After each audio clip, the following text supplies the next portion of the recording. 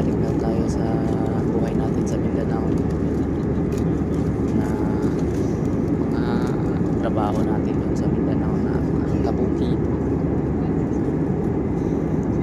Balik na tayo sa panghabas ng damo, mangunguha ng baon ng niyog, magano ng kupra, magano ng guma. Yan kasi yung mga pangunahing trabaho natin dito sa Mindanao, mga kabukid.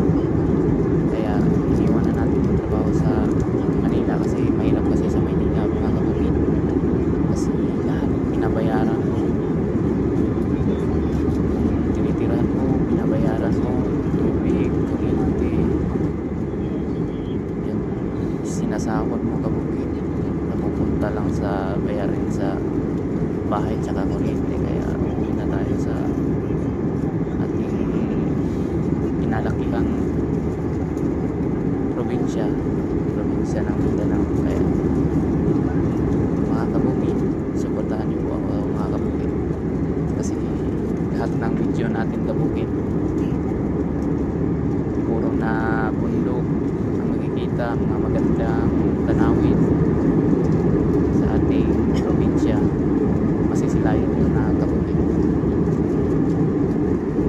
Yan kasi mga kabukid, yung yan, malapit na kasi tayo sa ating probinsya. Kaya pa-video na lang tayo kabukid para may mga remembrance din tayo kabukid, kasi hindi natin alam kung kailan pa tayo ulit